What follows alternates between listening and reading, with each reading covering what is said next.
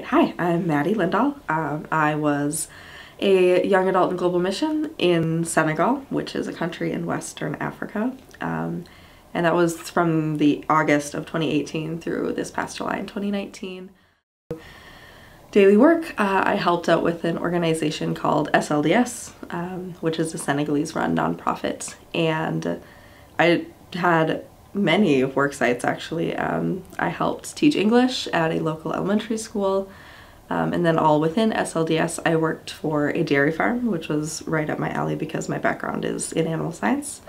I also worked at a laiterie, which is French for creamery, where we would take that milk from farmers and also from local women and transform it into a local yogurt drink, as well as I did office work once a week usually for an organization which helps empower young women and teaches them about their sexual health and reproductive rights.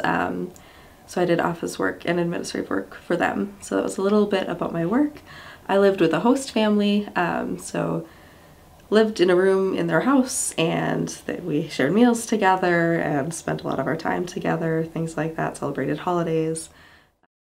So I had a lot of several different fears and anxieties going into this program, especially considering the fact that I had never been abroad before. Wasn't sure what the experience would be like leaving my friends and loved ones for a whole year and having more limited contact and things like that.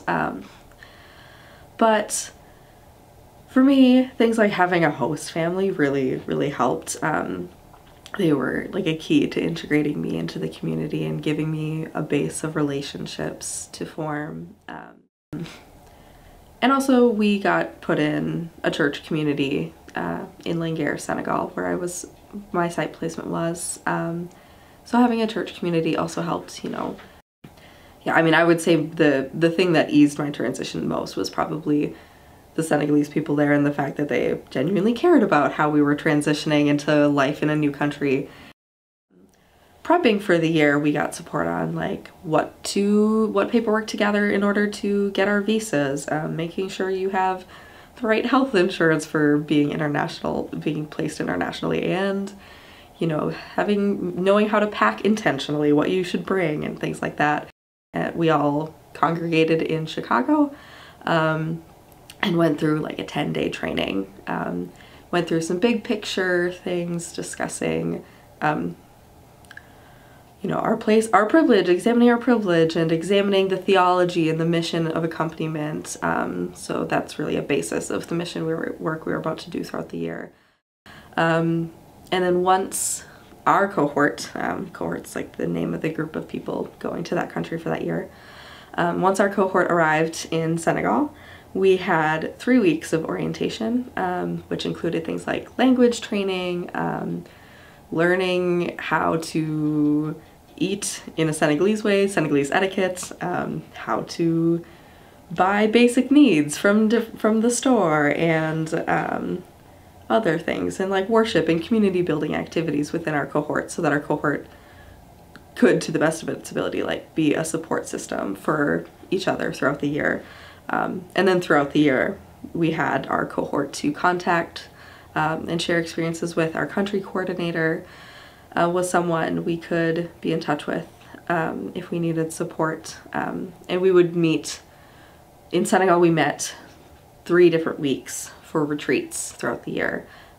These times were meant to gather, reflect on the time we've had so far in Senegal as a cohort, discuss challenges, continue challenging ourselves and what we should be doing differently, reflect on our time, and also share joys together. So yeah, so that was a like built-in support system throughout the YAGM program, and there are cohorts in every country. So I think the question, did you know the language, is kind of funny, because that implies Senegal probably has one, and there are, I encountered 10 different languages regularly, and I think there's almost 40 languages spoken throughout Senegal, and the national language is Wolof, which is also, I would say, the most widely spoken language, and that's the one that I learned, because I would even say I really only got up to the point where I was actually conversational within like a month or 2 before I left. And it also made me reevaluate what I you know, what makes a relationship to me, what constitutes a relationship, because when really clear, easy conversation is out of the cards, you know, what does that look like? What important moments do you notice otherwise, and do you know, how do you pay attention to people to build a better understanding of them when you can't talk very easily between one another? But I would say outside of my actual job description, building relationships felt like the biggest job I had in Senegal. Getting to know people, spending time with them, learning about their realities, and you know, asking them questions to figure out the culture. What does it mean to them to have interfaith relationships, and especially be so commonplace throughout their country, between Christians and Muslims alike? And yeah, so building relationships was definitely a very big part of my year. I think that I came into the experience of YAGM with what I was bound to enter it with.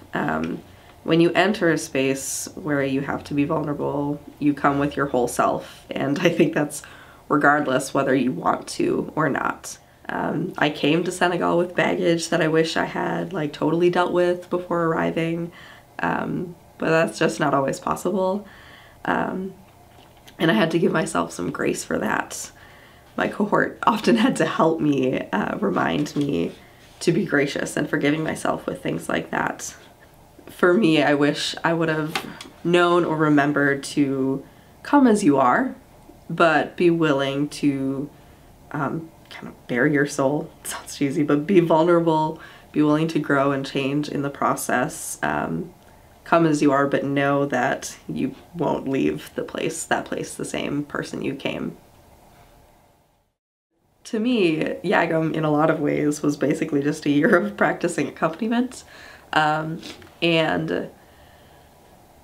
it's technically our model of mission, which to me means like that it's a relationship, that mission work isn't something we do to others or for others. It is where we pay attention to their needs. We listen, we ask first instead of doing first. They have the right to express their needs and wants, and if they want to be in the relationship at all or not, you know, or not. And likewise, like, they have something to offer us. It's because in its simplest, I think accompaniment is journeying together.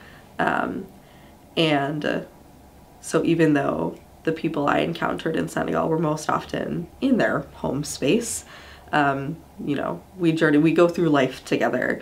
And it was interesting as I went on through this year. Technically it's a model for accompaniment, but in a lot of ways it kind of feels like a model for life. You know, mission is how we are and what we do in this world, and so that doesn't feel very limited to just church or just, you know, just a year in Senegal as a missionary. It kind of feels like it's applied to how I continue to be and how I continue to do things in this world even after this year.